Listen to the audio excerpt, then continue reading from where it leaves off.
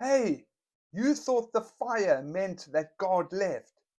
No, the fire means he is refining.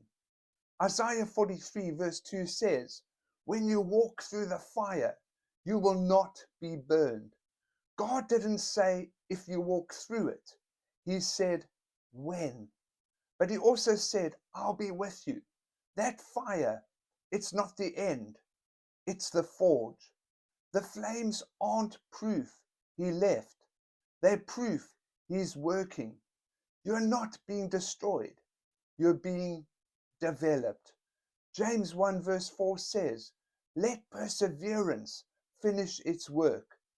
Type, he's with me in the fire, in the comments if you believe that you're coming out stronger. God doesn't abandon. He walks through the heat with you.